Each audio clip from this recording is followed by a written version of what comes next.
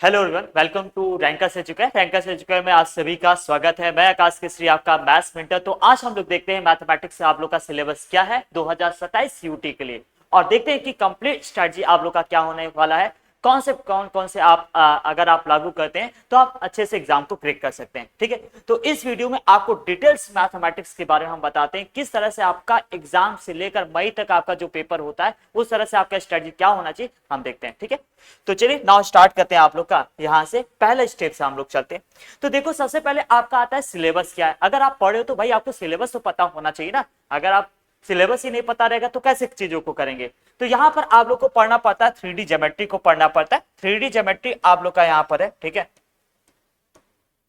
तो यहां पर आप लोग का 3D ज्योमेट्री होता है, आप लोग का प्रोबेबिलिटी होता है, लीनियर प्रोग्रामिंग होता है, और यहां पर स्टैटिक्स का जो पोर्शन है आप लोग का ये अप्लाइड मैथमेटिक्स में आता है, कोर मैथमेटिक्स में नहीं आता है। मैं पहले मेंशन कर रहा हूं, this is the not portion of the core mathematics. ठीक है, तो यहां पर अगर देखा जाए तो आपके टॉपिक जो आते हैं, लाइन से इक्वेशन आते हैं, प्लेन से इक्वेशन आते हैं, डायरेक्शन रेशियो से सवाल आपका आता है, कोसाइन से सवाल आपका आता है, डिस्टेंस से सवाल आपका आता है, एंगल से सवाल आपका आता है, और इसके एप्लीकेशन से सवाल आते हैं। और वेरी हाई टॉप मतलब कि इसका रेटिंग जो किया जाए तो इसके सवाल बहुत अच्छे लेवल के आते हैं। ठीक है, फिर इसके बाद आपका कंडीशनल प्रोबेबिलिटी होता है, इसके बाद आपका इंडिपेंडेंस होता है, बेस थ्योरम आपका होता है, यहाँ पर रेंडम वेरिएबल से सवाल पूछा जाता है, डिस्ट्रीब्यूशन से सवाल पूछा जाता है।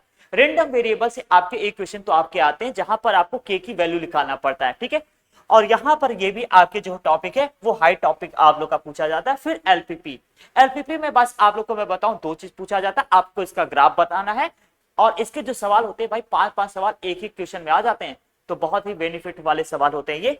तो आपके यहाँ पर ग्राफ आपको बताना है, इसका आपको बताना ऑप्टिमाइज वैल्यू। जैसे आप जाते हो कहीं कुछ खरीदने के लिए, कहते हो ना भैया इसको 40 नहीं 30 का लगा दो, तो वही वाला सिचुएशन यहाँ पर एलपीपी में भी होता है। ऑप्टिमाइजेशन चीजें हम पढ़ते हैं। ठीक है, फिर यहां पर आप ध्यान से देखिएगा, आपका आता है कैलकुलस का पार्ट। कैलकुलस में आप जानते हैं कैलकुलस के बहुत सारे चैप्टर हैं, तो यहां पर देखो कैलकुलस के अंदर आपका आ गया इंक्रीजिंग एंड डिक्रीजिंग फंक्शन हो गया, मैक्सिमा मिनिमा हो गया, टेंजेंट एंड नॉर्मल्स हो गया आप लोग का, और एप्लीकेशंस इसके हो गए। ये चैप्टर आप लोग पढ़ते हो एप्लीकेशन ऑफ डेरिवेटिव में पढ़ते हैं, जिसको हम लोग शॉर्ट का फॉर्म में कहते हैं एओडी कहा जाता है। ठीक है, फिर हम लोग का आता है इंटीग्रल कैलकुलस आता है। इंटीग्रल कैलकुलस में हम लोग पढ़ने वाले हैं इंडिफरेंट इंटीग्रल्स को पढ़ने वाले हैं, इसके स्टैंडर्ड फॉर्म को पढ़ने वाले हैं, सब्स्टिट्यूशन पढ़ने वाले, इंटीग्रेशन बाय पार्ट पढ़ने वाले, और डिफरेंट इंटीग्रेशन पढ़ने वाले हैं। तो यहां पर डिफरेंट इंटीग्रेशन और एक होता है इनडिफरेंट इंटीग्रेशन, दो टाइप के इंटीग्रेशन होते हैं जो कि आज चैप्टर नंबर 7 में पढ़ते हैं। ठीक है, फिर आपका आता है यहां पर application of integrals. Application of integral में आप देखते हैं एरिया अंडर कर्व से सवाल देखते हैं, और इसके स्टैंडर्ड फॉर्म पे सवाल देखते हैं। ठीक है, यहां पर आपको मैं बताऊं डिलीटेड सिलेबस से भी क्वेश्चन आ चुके हैं, जो कि आपका 8.2 था कैलकुलस का, वहां से भी सवाल 2026 के पेपर में आया है, तो आप अच्छे से इसको प्रिपेयर करिए। फिर हम लोग स्टार्ट करते हैं डिफरेंशियल इक्वेशन। डिफरेंशियल इक्वेशन देखते हैं, तो यहां पर आपका आता है ऑर्डर निकालना, कैसे ऑर्डर आप निकाल सकते हो या किसी भी डिफरेंशियल इक्वेशन को कैसे बना सकते हैं। फिर हम देखते हैं इसका standard form, standard first order differential equation. First order differential equation में हम लोग पढ़ते हैं लीनियर डिफरेंशियल इक्वेशन पढ़ते हैं, होमोजेनियस डिफरेंशियल इक्वेशन पढ़ते हैं, और वेरिएबल सेपरेशन पढ़ते हैं। ठीक है, इसी चैप्टर में आप लोग पढ़ते हैं इंटीग्रेटिंग फैक्टर क्या होता है। तो ये सभी आप लोग के क्या डिफरेंशियल इक्वेशन का पार्ट है। नाउ हम लोग स्टार्ट करते हैं फिर वेक्टर। तो देखेंगे वेक्टर के सिलेबस में आपका आता है वेक्टर अलजेब्रा आता है, इसका मैग्नीट्यूड कैसे निकालते हैं, डायरेक्शन कैसे निकालते हैं, डॉट प्रोडक्ट बहुत ही ज्यादा इंपॉर्टेंट है आप लोग का, और यहाँ पर क्रॉस प्रोडक्ट भी आप लोग का आता है, और इसके एप्लीकेशन हम लोग पढ़ते हैं। ठीक है, तो ये आप लोग का सिलेबस का पार्ट है।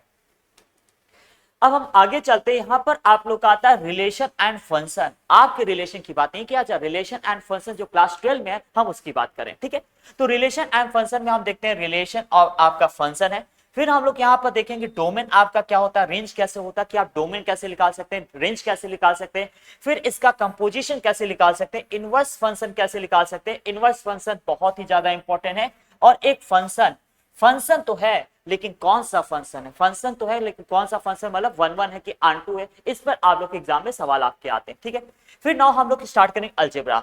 अलजेब्रा में आप लोग का आता है मैट्रिक्स से सवाल आता है, डिटर्मिनेंट से सवाल आप लोग का आता है। ठीक है, फिर सिस्टम ऑफ लीनियर इक्वेशन से सवाल आप लोग के आते हैं, और इसके यहाँ पर मैनिपुलेशन, अलजेब्रिक मैनिपुलेशन, मतलब कि आपको एडजॉइनिंग ए निकालना है, तो ये सबका वैल्यू आप लोग को यहाँ पर अलजेब्रा में मिलेगा, और जिसमें हम दो चैप्टर के पढ़ते हैं, एक मैट्रिक्स और एक डिटर्मिनेंट्स पढ़ते हैं। फिर आप लोग का आता है कैलकुलस में continuity and differentiability. Continuity and differentiability से अगर हम ध्यान से देखा जाए तो इसमें हम लिमिट पढ़ते हैं, कॉन्टिन्यूटी पढ़ते हैं, डिफरेंशियबिलिटी पढ़ते हैं और उनका डेरिवेटिव रूल्स पढ़ते हैं और उसके एप्लीकेशन पढ़ते हैं। ठीक है, ये आप लोग चैप्टर नंबर 5 में पढ़ते हैं और बहुत ही हाई वेटेज टॉपिक इसका होता है। ठीक है, तो ये आप लोग का रहा सिलेबस। सबसे पहली बात तो हमको सिलेबस पता होना चाहिए कि हम किसी एग्जाम की प्रिपरेशन कर रहे हैं तो उसका सिलेबस क्या है। ठीक है, तो अब हम आगे चलते हैं, ध्यान से देखिएगा। तो यहां पर आपको देखिए क्या आपका रूट मैप होना चाहिए अगर आप 2027 के लिए प्रिपरेशन कर रहे हैं तो। ठीक है, और अगर आप लोग के प्रिपरेशन में कहीं लैकिंग हो रहा है कि सर प्रिपरेशन में डाउट हो रहा है, सर क्या पढ़ें, क्या सिलेबस है, बोर्ड को कैसे संभाले और सीयूटी को कैसे संभाले, तो रैंकस एजुकेयर आप लोग का ऑफलाइन कोचिंग और ऑनलाइन कोचिंग की तरह से भी हम लोग कराते हैं, आप लोग का प्रिपरेशन सीयूटी के लिए कराते हैं। तो आप हमारे बैचेस को भी ज्वाइन कर सकते हैं, जिसका क्लासेस आप लोग का 1 सितंबर से आप लोग का न्यू बैचेस स्टार्ट हो रहा है और वहां पर बहुत स्पेशल डिस्काउंट भी आपको मिलने वाले हैं, तो आप वहां पर क्लासेस भी ज्वाइन कर सकते हो। तो चलिए हम लोग देखते हैं यहाँ पर कुछ आप लोग के प्रोसेस है। तो यहाँ पर जैसे कि हम देख लेते हैं चैप्टर वाइज प्रिपरेशन। सबसे पहले आपका स्ट्रेटजी होना चाहिए, चैप्टर वाइज हमको प्रिपरेशन करना है। एक आप डोमेन बना लीजिए, जैसे कि आप लोग का पहला आता है अलजेब्रा फाउंडेशन। अलजेब्रा फाउंडेशन के अंदर आपके कितने चैप्टर आते हैं? 3 चैप्टर आते हैं। एक रिलेशन एंड फंक्शन आता है, एक मैट्रिक्स आता है, एक डिटरमिनेंट्स आता है। ठीक है, यहाँ पर एक चीज मेंशन नहीं है, मैं पहले लिख देता हूँ। आप लोग का इनवर्स ट्रिग्नोमेट्री फंक्शन, ये भी आप लोग का सिलेबस में है। तो आपका अलजेब्रा फाउंडेशन में 4 चैप्टर पूरे मिलाकर आते हैं। ये आप पहले एक बना लो कि अलजेब्रा के अंदर रहता है, इतने दिन में मुझे ये चैप्टर खत्म करता है। फिर आप लोग का आता है कैलकुलस फाउंडेशन। कैलकुलस फाउंडेशन में आपका आता है लिमिट्स कैसे होता है, कॉन्टिन्यूटी कैसे होता है, डिफरेंशियबिलिटी कैसे होता है, एप्लीकेशन ऑफ डेरिवेटिव कैसे होते हैं। ये आप लोग का होना चाहिए स्टेज 2। स्टेज 2 में आपको इतने चैप्टर्स को पढ़ लेना है। ठीक है, और यहां पर आपका क्या है, कोर कैलकुलस। कोर कैलकुलस में आपका आता है एक इंडेफिनिट इंटीग्रल आता है और एक आप लोग का आता है डिफिनिट इंटीग्रल आता है और फिर इसके बाद आप लोग का आता है एप्लीकेशन ऑफ इंटीग्रल्स। तो ये 3 चैप्टर्स आप लोग के आते हैं, कोर कैलकुलस में आते हैं। ठीक है, जो कि हम स्टेज 3 में पढ़ते हैं। फिर आप लोग का आता है कोऑर्डिनेट या वेक्टर टॉपिक्स। कोऑर्डिनेट में आपके 2 टॉपिक होते हैं, एक वेक्टर होता है और एक आप लोग का होता है 3D ज्योमेट्री होता है। ठीक है, तो यहां पर आप लोग का ये 4th हो गया। नाउ आप लोग का अप्लाइड टॉपिक्स में आप लोग का आता है प्रोबेबिलिटी है आप लोग का और एलपीपी है। ठीक है, लीनियर प्रोग्रामिंग प्रॉब्लम। तो ये 5 स्टेज में आप क्या करिए, टॉपिक को लिख लीजिए और साथ में इसका शॉर्ट नोट जरूर बनाइए, क्योंकि शॉर्ट नोट्स बहुत इंपॉर्टेंट होता है एग्जाम के लिए। ठीक है, तो अगर आपका एग्जाम पास में रहता है तो शॉर्ट नोट से ही आप बहुत चीजों को अच्छे से कर सकते हैं। ना यहाँ पर आप लोग का आता है, आगे की तरह हम चलते हैं। तो यहाँ पर आप लोग का आता है डेली आपका रूटीन क्या होना चाहिए अगर आप प्रिपरेशन करें, तो आपका किस तरह से माइंडसेट स्ट्रेटजी होता है वो हम देख लेते हैं। तो सबसे पहले आप यहाँ पर क्या करिए, टाइम सेट कर लीजिए। 60 से 90 मिनट आपका टाइमिंग होना चाहिए कि आप किसी भी कॉन्सेप्ट को पढ़ रहे हैं तो उसके रिप्रेजेंटेटिव, मतलब कि जितने भी आपके उसके सवाल हो सकते हैं उसको करिएगा। ठीक है, जैसे कि आप मैक्सिमम मिनिमम पढ़े हो तो मैक्सिमम मिनिमम में आप सेकंड डेरिवेटिव टेस्ट पढ़े, तो सेकंड डेरिवेटिव टेस्ट के लिए आपको सबसे पहले क्या करें, उसका टेस्ट पढ़ेंगे और साथ में उसके कम से कम आप 5 से 7 क्वेश्चन तो जरूर लगाइए। ठीक है, ये आप काम करिए 60 से 90 मिनट। फिर आप यहाँ पर प्रैक्टिस सेशन का अभी मैंने वही आपको बताया कि आप क्वेश्चन का सेट ले लीजिए और उस क्वेश्चन को सॉल्व भी करिए। ठीक है, यहाँ पर रिवीजन सेशन की बात करूं तो यहाँ पर आप यहाँ पर क्या करें, 20 से 30 मिनट फॉर्मूला को रिवीजन करिए। ठीक है, जो उसके आइडेंटिटी है उसको करिए और फिर यहाँ पर उसके शॉर्टकट्स। आपको पता है कि आप सीयूटी का प्रिपरेशन करो, आप किसी बोर्ड का प्रिपरेशन नहीं करो। बोर्ड में आप क्या करते हो, चीजों को एक्सप्रेस करके पूरा लिखते हो। ठीक है, जैसे आप अपने फीलिंग्स को एक्सप्रेस करते हैं, लेकिन आपको यहाँ पर क्या करना है भाई, आपको रिवीजन सेशन दिया गया है और आपको शॉर्टकट, अगर आपको सीयूटी निकालना है तो आपको मैथमेटिक्स में शॉर्टकट आना चाहिए। हर एक क्वेश्चन को हम लॉन्ग कट से नहीं कर सकते और खासकर अगर आप सीयूटी का प्रिपरेशन कर रहे हो तो अलग बात है। ठीक, फिर आपको वीकली टेस्ट देना पड़ेगा और वीकली टेस्ट देना पड़ेगा तो 40 से 90 मिनट आपको क्या करना पड़ेगा, 45 से 90 मिनट आप यहाँ पर मिक्स टॉपिक के क्या करें, टेस्ट दीजिए वीक में एक बार। ठीक है, तो ये आप लोग का रहने वाला है, आप लोग का सेकेंड रूटीन रहने वाला है। अब इसके बाद हम आप लोग का थर्ड बात करते हैं कि आप किस तरह से formula and short note system आप बना सकते हैं, जो कि आपके एग्जामिनेशन के लिए बहुत ही ज्यादा इंपॉर्टेंट होता है और आपके प्रिपरेशन के लिए कहीं ना कहीं ये बूस्ट करता है। ठीक है, तो यहां पर आप क्या करेंगे, मेंटेन 1 कॉम्पैक्ट फॉर्मूला नोटबुक। एक आप क्या करें, नोटबुक बना लीजिए जिसमें आपके जितने भी फॉर्मूला सीट है आप उसको लिखेंगे। ठीक है, और यहां पर आप लोग का बस वही फॉर्मूला सीट लिखना है और उसको आप रिवीजन करिए। कम से कम आप 7 डेज का बना सकते हैं, 10 डेज का भी बना सकते हैं, आपका जिस तरह से माइंडसेट हो उस तरह से है। ठीक है, बाकी तो मैंने लिख दिया 1 डे, 7 डेज, 21 डेज, लेकिन आप अपने माइंडसेट के अकॉर्डिंगली काम करिए। ठीक है, फिर आपका आता है mark formula that repeatedly cause mistake, मतलब जो भी आपके फॉर्मूले मिस्टेक हो रहे हैं बार बार याद करने पे, मान लीजिए एक बार फॉर्मूला आपने याद कर लिया, फिर वो 10 दिन आप बात याद कर रहे हो तो देख लो कि उस फॉर्मूले में हमको फंस गए, याद नहीं है, तो आप उसको क्या करिए, मार्क कर लीजिए, उसको बार बार रिवीजन करिए, ठीक है। तो बस आप लोग का यही चीज है, और जो भी आपका फॉर्मूला है उसमें आप 2 से 3 एप्लीकेशन जरूर लगाइए। एप्लीकेशन से क्या होगा, एप्लीकेशन से चीजें याद हो जाती हैं ज्यादा, ठीक है। अगर हम एप्लीकेशन नहीं लगाते, सिर्फ फॉर्मूला याद करते हैं, तो वो चीजें थोड़ी कभी कभी नहीं याद होता है इतना जल्दी। तो अब हम चलते हैं आगे की तरफ। यहां पर आप लोग का फोर्थ आता है कि आप 10th मंथ सीयूटी का प्रिपरेशन करना चाहते हैं मैथमेटिक्स के लिए, तो आपका रोड मैप क्या होना चाहिए, ये सबसे ज्यादा इंपॉर्टेंट है।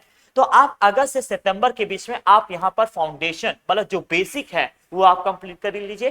फिर इसके बाद आप रिलेशन एंड फंक्शन चैप्टर को खत्म कर लो, ठीक है। और 20 से 30 क्वेश्चन आप इसके बीच में आप पर डे लगाइए, ठीक है। फिर अक्टूबर में आप लोग यहां पर क्या करेंगे, मैट्रिक्स और डिटरमिनेंट पढ़िए, ठीक है। और कुछ स्टार्ट कर दीजिए, कैलकुलस का पार्ट करिए, और यहां पर 30 से 40 क्वेश्चन आप पर डे लगाइए, ठीक है। फिर नवंबर में आप लोग स्टार्ट करेंगे कॉन्टिन्यूटी एंड डिफेंसिबिलिटी और एओडी स्टार्ट करिए, ठीक है। एप्लीकेशन ऑफ डेरिवेटिव स्टार्ट करिए। नौ आप दिसंबर में आइए और दिसंबर में आप इंटीग्रल कैलकुलस और इसके एप्लीकेशन जो है उसको करिए, एप्लीकेशन ऑफ इंटीग्रल, जहां पर हम एरिया अंडर कर पढ़ते हैं, अभी हमने देखा सिलेबस में। फिर आप आइए जनवरी, तो जनवरी में आप आइए तो डिफरेंशियल इक्वेशन है और इसके बाद आप लोग का क्या है, वेक्टर्स है, तो ये आप आइए जनवरी में। और आपका पसंदीदा मंथ जो है फरवरी, इसमें आप क्या पढ़ेंगे, 3D ज्योमेट्री को पढ़िए, प्रोबेबिलिटी पढ़िए और एलपीपी पढ़िए, लेकिन आपको इसमें ज्यादा एंजॉय नहीं करना, 50 से 70 क्वेश्चन आपको पर डे लगाना है, ठीक है। फिर आपका आता है मार्च, तो मार्च में आप यहां पर क्या करेंगे, एक बार पूरे सिलेबस को रिवीजन कर लीजिए और कम से कम आप यहां पर 2 सेक्शनल टेस्ट जरूर दीजिए, मतलब 2 आप यहां पर टेस्ट दीजिए पूरा कंप्लीट का, ठीक है। और याद रखिए अगर आपको एग्जाम क्रैक करना है तो टेस्ट देना बहुत ज्यादा इंपॉर्टेंट होता है, और फुल लेंथ टेस्ट तो आप जरूर दीजिए, ठीक है। कम से कम एग्जाम से पहले आप 5 से 10 ऐसे टेस्ट जरूर देकर जाइए, क्योंकि अभी कभी कभी क्या होता है, एग्जाम प्रेशर की वजह से आप क्वेश्चन को, जो आते हुए क्वेश्चन होते हैं वो भी आप वहां पर गलत कर देते हैं, ठीक। तो यहां पर आप आएंगे अप्रैल 2027 में, तो आपको यहां पर मिक्स प्रैक्टिस करना पड़ेगा, मतलब कि जितने क्वेश्चन है, मतलब कि आप ऐसा टेस्ट लीजिए जहां पर आपको मतलब कि रिलेशन है, फंक्शन के क्वेश्चन भी हो, आईटीएफ के भी सवाल हो, कॉन्टिन्यूटी डिफेंसिबिलिटी का सवाल हो, हर एक टॉपिक से आपके क्वेश्चन होने चाहिए। फिर आप पीवाईक्यू स्टाइल में कुछ आपके सेट होने चाहिए, जिसमें आप 2 से 4 टेस्ट आप पर डे एक वीक में सॉल्व करिए, ठीक है। फिर इसके बाद तो आप लोग का एग्जाम भी होता है जहां पर आपको मॉक टेस्ट देना पड़ता है, और लास्ट टाइम पे आपको सिर्फ रिवीजन करना है, क्योंकि कभी कभी क्या होता है मॉक टेस्ट देते रह जाते हैं, रिवीजन तो आपका है ही नहीं है, तो कैसे करेंगे, ठीक है। और मॉक टेस्ट तो बहुत लोग क्या करते हैं, मॉक टेस्ट दे देते हैं, मॉक टेस्ट देना इंपॉर्टेंट नहीं है भाई, आप उसका एनालिसिस भी करो, कौन सा क्वेश्चन नहीं आ रहा उसको देखो, डीप में जाकर एनालिसिस करो क्वेश्चन को कैसे करते हैं, ठीक है। और यहाँ पर आपको रैंकर्स एजुकेटर आप अगर ज्वाइन करते हैं तो यहाँ पर जो टीचर्स हैं आपको एक एक क्वेश्चन को डीप एनालिसिस कराएंगे, उनके पीवाईक्यू क्वेश्चंस को, ठीक है। फिर इसके बाद आप लोग का आता है 30 डेज का स्ट्रेटजी क्या होना चाहिए, तो यहाँ पर आपका 1 से 10 डेज में आप लोग यहाँ पर अलजेब्रा, रिलेशन एंड फंक्शन और जो वीक चैप्टर आप उसको करिए, ठीक है। फिर 11 से 20 डेज आप लोग यहाँ पर कैलकुलस और डिफरेंशियल इक्वेशन को करिए। 21 से 25 डेज में आप लोग यहाँ पर वेक्टर, 3D और प्रोबेबिलिटी और एलपीपी को करिए। और 26 से 30 डेज में आप लोग सिर्फ फॉर्मूला रिवीजन करिए, इसमें से आपका काम बन जाएगा, ठीक है। और हमने कहा कि आप लोग फुल टाइम से पेपर एनालिसिस जरूर करिए, सिर्फ आप टेस्ट देना ही इंपॉर्टेंट नहीं होता, ठीक। यहां पर हम लोग आ जाते हैं, आप लोग का फाइनल 7 डेज का स्ट्रेटजी क्या होने वाला है। तो पहले डे आप क्या करें, अलजेब्रा पढ़िए, अलजेब्रा में जितने पोर्शन अभी हमने बताया, matrix, determinant, relation, function, inverse trigonometry function, उसको करिए। फिर फॉर्मूला रिवीजन करिए। फिर डिफरेंशियल इक्वेशन, आप कैलकुलस का टॉपिक आ जाता है, उसको कर लो आप। यहाँ पर इंटीग्रल कैलकुलस आ जाता है और इसके बाद डिफरेंशियल इक्वेशन आ जाता है, ये आप डे 3 में करिए। डे 4 में आप करेंगे वेक्टर्स और 3D ज्योमेट्री को करिए। डे 5 में आप करेंगे यहाँ पर प्रोबेबिलिटी, एलपीपी, वीक टॉपिक जो आपके बचे उसको करिए। और फिर आपसे मॉक टेस्ट और रिवीजन, 2 दिन आपके जो बचे उसमें मॉक टेस्ट दीजिए, रिवीजन दीजिए, ठीक है। बस आपको यही करना, एग्जाम के लास्ट दिन तो आपको नहीं पढ़ना चाहिए, आप रेस्ट करिए, चिल करिए, ठीक है, अपने दोस्तों के साथ। इसके बाद अगर आपको कहीं भी प्रिपरेशन में अगर लैकिंग हो रहा है तो आप लोग का रैंकर्स एजुकेटर जो है दुर्गापुर वाराणसी में है, ठीक है। तो यहाँ पर आप अपना प्रिपरेशन कर सकते हैं अच्छे से, ठीक है। अभी आप लोग का 40% अर्ली डिस्काउंट आप लोग को चल जा रहा है, ठीक है। 3 दिन आपका विद इन 3 डेज में अगर आप एडमिशन लेते हैं तो आपको 40% डिस्काउंट मिल जाएगा। यहाँ पर आपके कौन कौन से कोर्सेज चलते हैं तो मैं बता दूं, बीए चलता है, बीकॉम चलता है, बीए एलएलबी चलता है, 11 आर्ट्स 12 आर्ट्स चलता है, 11 साइंस 12 साइंस, सीयूटी साइंस, आपके हर एक का यहाँ पर चलता है। क्लैट का भी प्रिपरेशन यहाँ पर होता है, और अगर आप सीनेट का प्रिपरेशन करना चाहते हैं तो वो भी यहाँ पर होता है। ठीक है, तो आपको मिलने वाला एक्सपर्ट फैकल्टी से आप पढ़ सकते हो। ठीक है, रेगुलर आपके टेस्ट होते हैं, यहाँ पर स्मार्ट स्टडी प्लान आपको मिलता है, स्टडी मटेरियल भी मिलता है। मैथमेटिक्स में कम से कम आपको 2000 से 3000 क्वेश्चन मटेरियल भी आपको मिलता है, जैसे आप अपने एग्जाम को अच्छे से दे सकते हो। ठीक है, फिर आपको मिलते हैं यहाँ पर डाउट सेशन मिलते हैं, और पर्सनल गाइडेंस भी मिलते हैं, जो भी आपके मेंटर्स हैं। ठीक है, वहां पर आपको पर्सनल गाइडेंस मिलते हैं। अगर आपको कोई इंफॉर्मेशन लेना है तो आप इस कॉल पे या तो आप यहाँ पर कॉल कर सकते हैं। ठीक है, और लोकेशन यहाँ पर है कबीर नगर, दुर्गाकुंड, वाराणसी में, आप यहाँ पर कर सकते हैं। ऐसे वीडियो के लिए चैनल को सब्सक्राइब करें, लाइक करिए और अपने दोस्तों के पास शेयर करिए।